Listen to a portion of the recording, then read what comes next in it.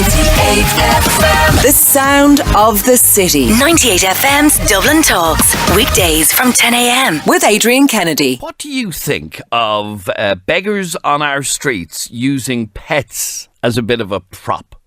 Well, one of our listeners called Sandra was in town this week and saw something that really annoyed her, and I'd love to know how you feel about this. You can text or WhatsApp us on 0877 98 98 98, 0877 98 98 98. So there you are, Sandra. By the way, welcome to 98FM.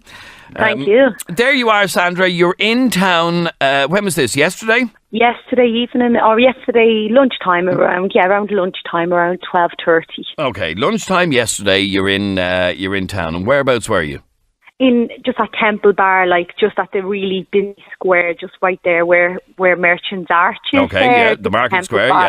yeah. Yeah, the Market Square, yeah. So there you are. You're in Temple Bar. It's really busy, I should imagine, and we have. Unfortunately, we have a lot of people begging on our streets, but you saw one particular person that bothered you. Yeah, I was just walking by and I had to do some work in the bar, and I was coming back down a couple of minutes later, and I was put off by it on the way up, and then walking back down I kind of thought I'll take a different route because I just don't want to see that. Then I just thought, okay, walk by, hopefully maybe something good will come out of it, maybe he'll be gone or somebody else will have the dog, a good person or whatever. But I walked back by, and just at that time, as I was walking by, I was looking at him again, and I was looking at the little dog, and I seen two women come over and give him money. So that was my thing. Then I thought, okay, I'm going to go over. I'm going to say, look, I said to the women, please don't give him money. He is not giving that dog. He's not going to buy the dog anything out of the money. He's using the dog to pull at people's heartstrings to get money. I said he doesn't care less about the dog. And with that, and do you believe that he was? What sort? It was a little Jack Russell. It was a little small Jack Russell, I would say, probably around 4, 5, 6 weeks old. It was only a pup. Dog. Oh, right, sorry, I didn't realise it was only a little pup. And these ladies obviously felt sorry for this man, felt sorry for the little pup, and went over to give him some money. Give him money, yeah. And what did they say when you challenged them over it? And they said, sorry, love, look, we're from, they said, abroad, Glasgow or so, and they said, look, we love animals, and we just wanted to give him money, maybe he'll buy the dog something to eat. And I was like, no, he won't buy the dog anything to eat. I said, it's they're organised gangs, they do these things, they'll act like they have disabilities, they'll take dogs, they'll use anything they can just to get kind of more sympathy and to make more money, basically, And with that, then a Garda just walked over, and the Garda asked the man for his ID. He produced his ID. The guard had a couple of words with him. I didn't interfere with that. But then I asked the guy, nicely, please, can you give me the dog? You don't have any, you can't look after the dog properly if you're living on the streets. He refused to give me the dog. I asked the guard, look, is there any way you could take that poor dog off him and give him to me? And the guard said, no, it's not within my rights. The guard just asked him just took some notes from him and just asked him to move away from the area, and that he would be arrested if he was seen around that area that day again. So the guy just walked off. And as a matter of interest, the little Jack Russell pup, about 6 weeks old, you reckon, tiny little thing, had this guy got any food for the dog or any water for the dog? Nothing, no food, no water. And a man who was walking by as well came over and intervened and said that he was also worried about the dog, and that he lived and worked in the area, and the man had been there since around 9 o'clock that morning. And so there was no bowl, there was no water, there was nothing for the dog. I seen inside the guy's bag, he opened his bag to get out his ID, and there looked like a towel in the bag. The dog, it started to rain, the dog tried to get into the bag. I'd say the dog was just cold and wet and everything else. And it was and I know it seems very, very forward for me to make an assumption like that, but I don't believe for 1 minute they have any care. I do believe. And what do you think? Okay, that was one particular incident, but there are a number of beggars on the streets that actually have pets with them, dogs and rabbits and all sorts of things. Yeah. You obviously believe they shouldn't be allowed to do that. I do honestly believe they shouldn't be allowed to do it, because I don't believe some of them, I've spoken to homeless people myself, I genuinely have sympathy for. I know there are some genuine homeless people that are in dire, and I know they don't know where their next meal is coming from, so why would they take a dog and have the responsibility of a dog, and then they have to worry about where the dog's meal is going to come from? They have, like, I have dogs myself, and I know how expensive it is to look after them with veterinary care. Financially, it's absolutely, so expensive. Yeah, no, I agree. Yeah, do me a favour, Sandra. I have to take a very quick break, but if you stay there for a second, I'll come back to you and we'll just explore this a little bit more. And I'd love to hear from you on this on 6797 981. You say, Sandra, 9 times out of 10 they don't give a damn about the dog. You believe that in a lot of cases they are literally using the dog as a prop. To pull at people's heartstrings. I don't believe that. I honestly, I think a couple of years ago, and I had read that there was one guy who started on Henry Street. He had a rabbit, and the rabbit was thrown into the river, and this got huge around Dublin. It went huge viral on Facebook or YouTube or whatever else. And this guy hit the papers and everything, and he got a lot of money from that. And I think after that then, it just seemed to catch on. After that, he started seeing people around town with puppies. And honestly, I've seen homeless people who are clearly on drugs and, out of their faces, walking around with dogs with cans in their hands. Now, some people will argue that, if you're homeless, if you're down and out, if you're at a stage in your life that you're begging on the streets, you probably are quite lonely, and a dog will be great company. Yeah, and that's true. But to be realistic about it, if you don't have the means to have a dog, it's not fair then to get the dog just for your own personal reasons. Oh, I'm lonely, I need a dog. But sure, what about the dog then? Oh, but I don't have money to feed the dog. And the dog might suffer, because if the dog has a really bad ear infection and I don't have 60 quid to cough out to bring it to the vets, but no, I need the dog because I'm lonely. So really you're only thinking about his own self or her own selfish needs, and not actually the needs and the care of the dog. All right, stay there for 1 second. I'd like to know how many other people agree with this. 6797 981 is our telephone number. You can text or WhatsApp the programme on 0877 98 98 98. 0877 98 98 98. Lisa, you're on 98FM. How are you, Lisa? Hi, Adrian. Lisa, you're a bit annoyed about this. Why? Adrian, I'm so pissed off listening to this do-gooder interference. First of all, I'd like to ask her, if she was that concerned about the dog being fed and watered, why didn't she go and buy some dog food and water and give it to the person to feed the dog?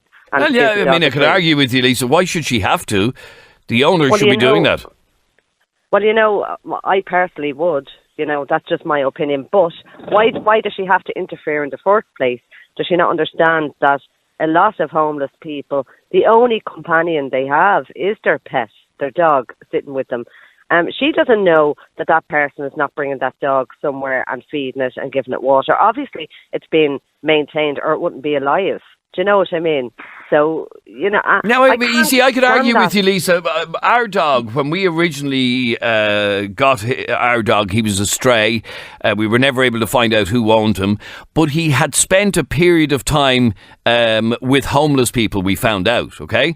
And the dog was very scrawny and very ragged and not well looked after at all by anybody. And that's just my own personal experience with our dog before we got him. If you are homeless, if you don't have a roof over your head, if you are out begging, surely it's a challenge enough to look after yourself, let alone a dog. No, Adrian, this is the part I don't agree with. I have a neighbour in a 4-bedroom, lovely house, right, who had a dog tied out in the back garden while they were working all day. They work in a hospital. I won't say what hospital. So they've money. They're both of them are doctors.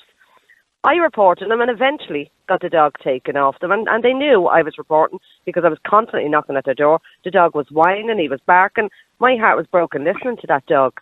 So they have money. They well have, enough to look after the dog. And it was an ornament. tied out in the back garden, where she's picking on the most vulnerable people in society, homeless people. And I Okay, think but I could also say to you, Lisa, I mean, you're talking about a 6-week-old Jack Russell puppy who can barely fend for itself, no food, no water. That's hardly fair on the dog, is it? doesn't take much to look after a 6-week-old puppy by way of food and sorry, water. can I interrupt? You can, am of course, I Sandra. on the air Yeah, now? you are, Sandra. Yeah, go on. Okay, I just wasn't sure whether I was on and in the conversation.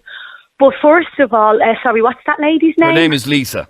Hiya, Lisa. Look, I'm not picking on any homeless person. I don't go around picking on people, okay? And the other, and as you said about the dog, I would have went and got the dog food. I was in the middle of Temple Bar, and to be honest with you, I came across this situation. I don't walk around with dog food on me. In Temple Bar, it's full of pubs and restaurants. There wouldn't have, the guard actually told the guy to move away. I would be the first person to buy a homeless person a cup of coffee and a sandwich, which I do on a regular weekly basis. You're right, but you don't mind picking on them for about a dog, though. I'm not. First of all, you honestly has plenty of pubs. Any pub. I've been out with my dog, and actually every Sunday I would spend 4 hours in town with my dog. If I forget to bring water with me, any pub I've ever stopped at, or a restaurant, they will give fine. a bowl of water. But okay, then you tell me, okay, if this guy is such a responsible pet owner, why should somebody else? Because nobody else has to go and get my dog's water, okay? Why you don't know what he was doing. Why did he not have a bowl of water there? Dog? How do you know? How do you know? How do you know? Fed before he went out. You're making at 9 o'clock that morning. On a 9 o'clock. You know what? Excuse me. This guy was a Romanian gypsy, okay? You know what? These guys. A racist cow. And I am not a racist cow. Excuse me. How am I racist? What nationality he is? What you tell me? Why are you pointing out his nationality? What the fuck? Why am I? Mind the language, Lisa. What's that got to do with it? What? Well, I'm telling you now. Those people have been known firsthand to do anything. I am not racist. My boyfriend you are racist. Fucking for right, excuse me, ladies, both of you. No language, if you don't mind. Hang on. I am not Sandra, racist I have Romanian friends. Sandra, why? Let's call them Roma gypsies because they're not specifically from Romania. They can be from other countries as well. But secondly, why did you feel the need to even point out that it was a Roma gypsy? Why did I need to point out that it was a Roma gypsy? Yep.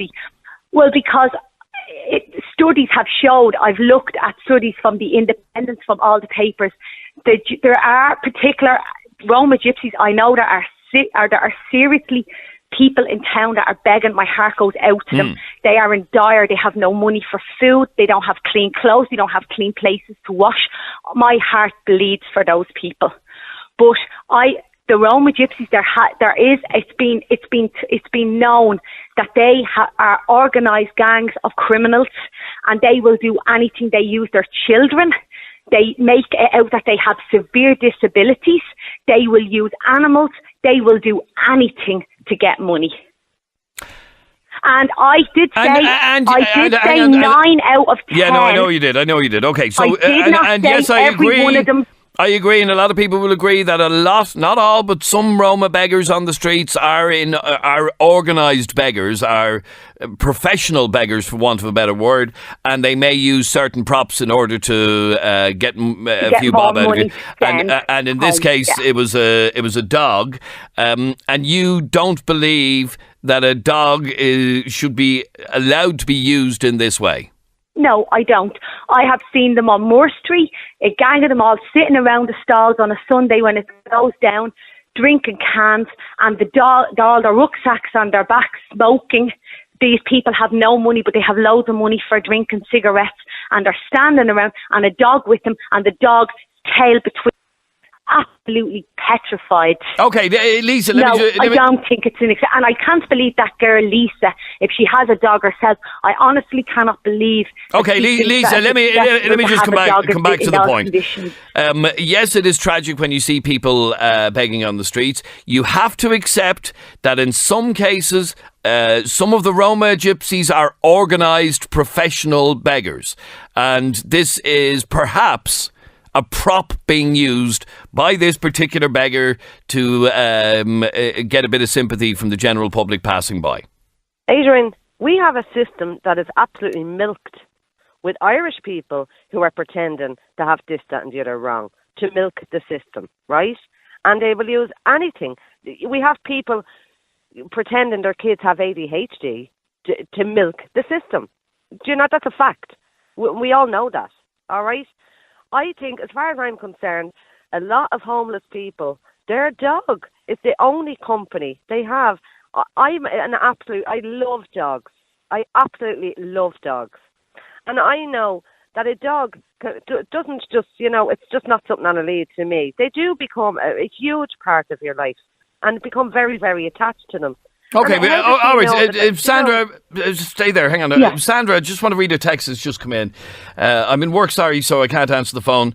Can you tell that lady that she's actually wrong and that people should be applauding this man? He's the kindest man on the streets of Dublin. Now, I don't know how this person can particularly say that, but maybe this is somebody who knows who you're referring to or knows the situation.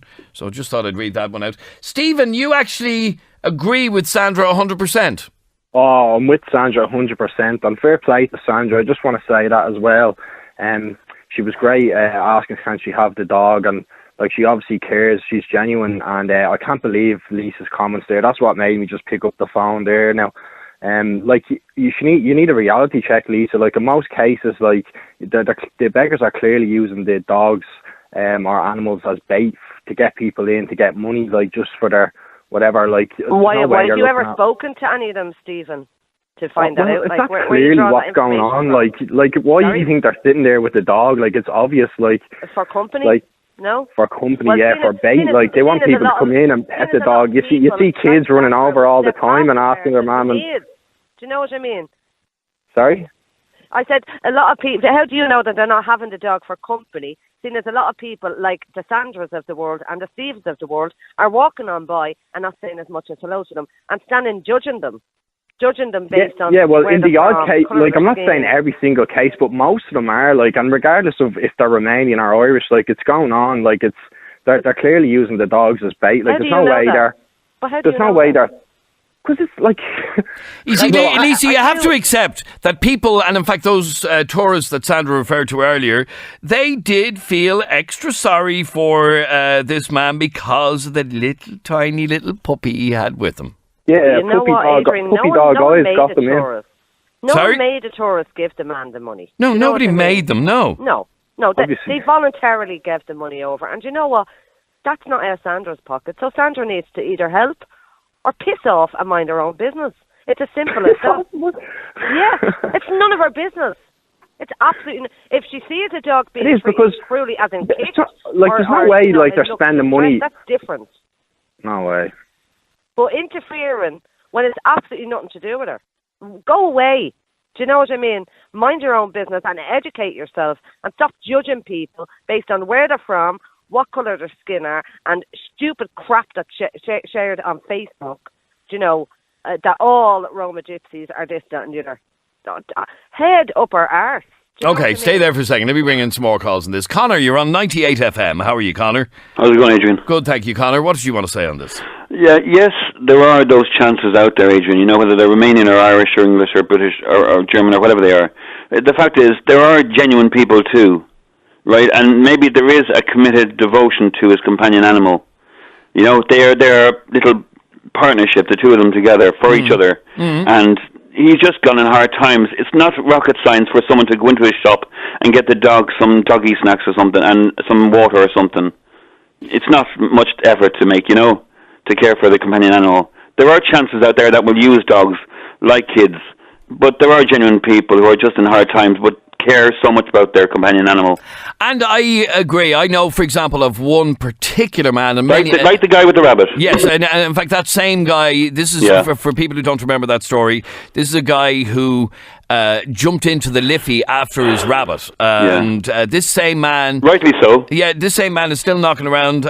He sits on Henry Street quite a lot, and he has a Pomeranian dog, and his Pom looks very well cared for. And I take that point, Connor, but I'm surprised at you as an animal rights activist who thinks it's okay for somebody to sit on the street for hours on end on a on a cold day with a 6-week-old pup. No, you see, it goes on from that though. When they're 6 weeks and everything else, there should be devoted attention made to companion animals at such a young age as well, and services out there to help the homeless who have companion animals, especially when they're young, that they're not adaptable to weather at that such a young age. There should be actual services out there to help this kind of thing. Then a dog that's more older and adaptable and has that strength. Do you not see the point that Sandra is trying to make? And I'm on I'm on both sides here. Really, I do know exactly what the other side is saying here. Sitting on the streets of Temple Bar. And let's be honest, we had nice weather last weekend. The weather now is freezing again. Sure. With a 6-week-old pup, it's just not good. Oh no. Yeah, the thing is, when you bring up 6 weeks old, it's just been born and it's away from its actual. That's why I'm mother. That's why I'm a little bit surprised at you, Connor. It's too young and everything else. Yeah, I do have a problem with all that. Do you know what I'm saying? But and where did that come? How did that happen to be only 6 weeks and he's on the streets? I don't get that. That's what I have a bit of a problem too with this. Do you get me? Okay, so you can see both sides on this one. I can. Yeah, all right. Sandra, if you saw somebody doing that again, would you say it again like you did yesterday? Yes, I most definitely would. I don't think it's any place for a dog to be. And it is, like the gentleman just said there on the phone, it is very easy to go into a shop. You get a can of dog food for 39 cents in Aldi or Lidl or Tesco or whatever. But what happens if the dog gets terribly sick, or what if the dog is on the streets all the time, gets knocked down by a car and has to be brought, or like that thrown into the river? It would have, most definitely, I hope when that guy got out of the river, he was okay himself. I hope he brought his rabbit to the vet and got checked. And who pays for all this if they're homeless and they don't have the money?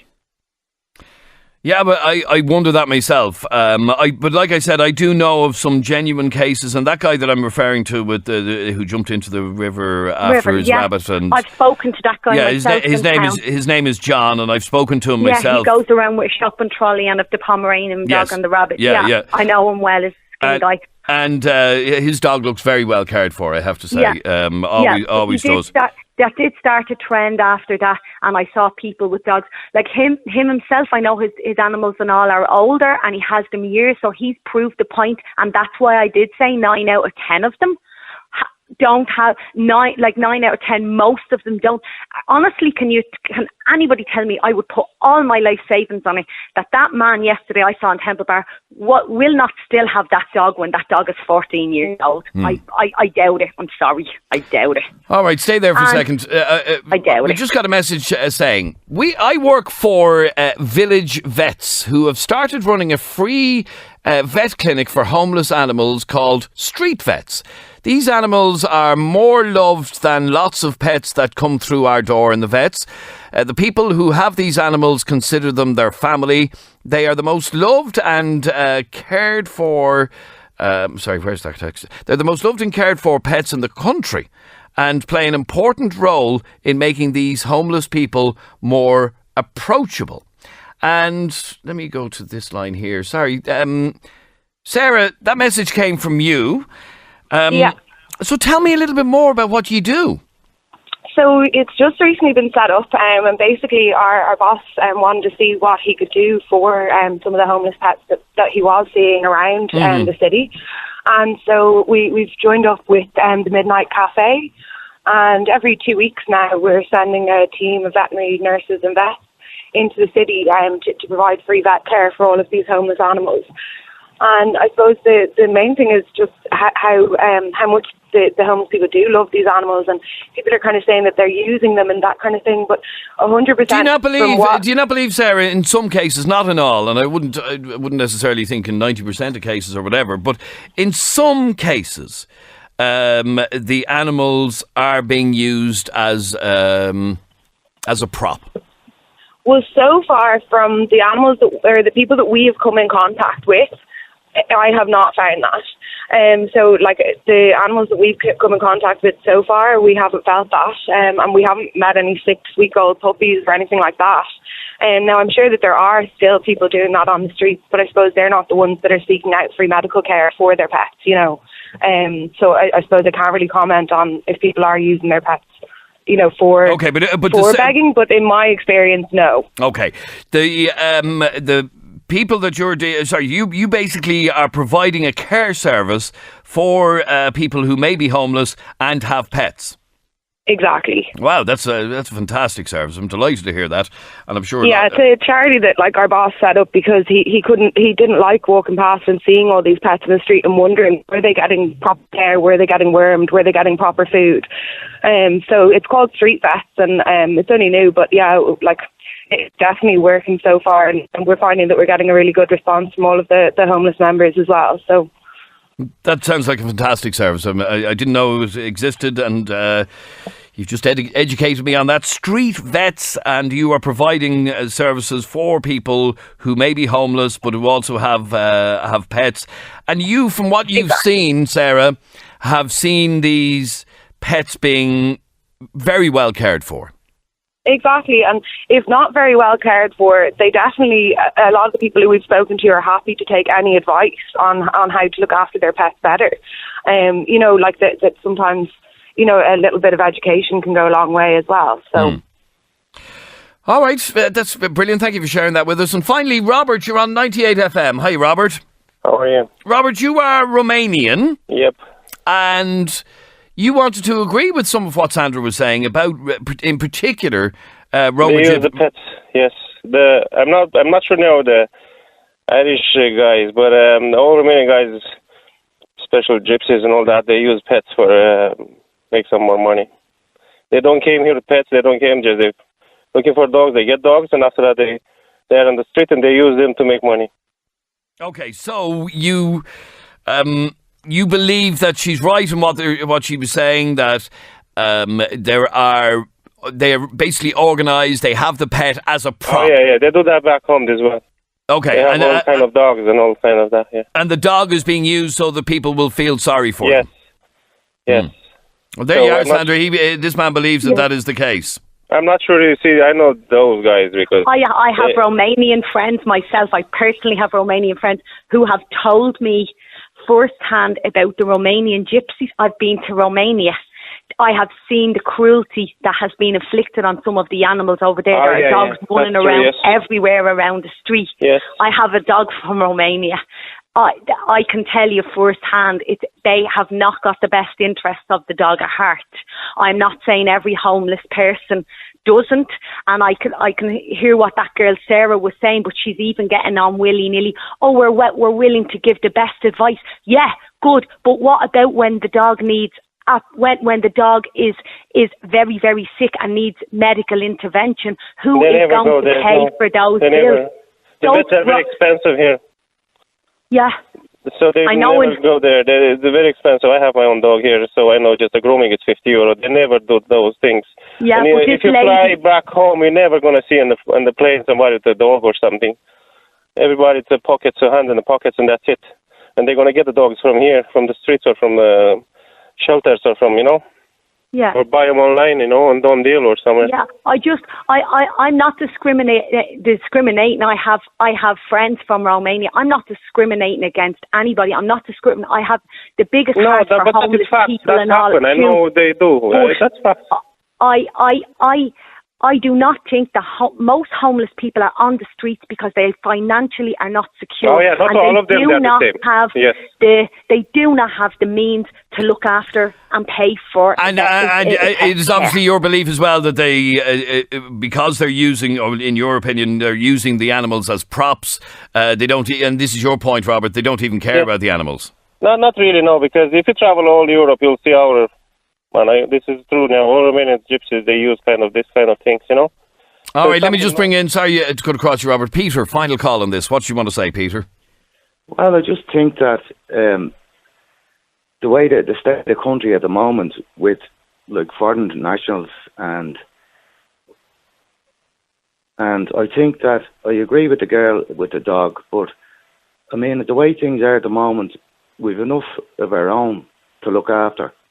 So we need to put the borders back up. We have enough foreign people in the place. The health service, the housing, everything, there's not enough room for our own people.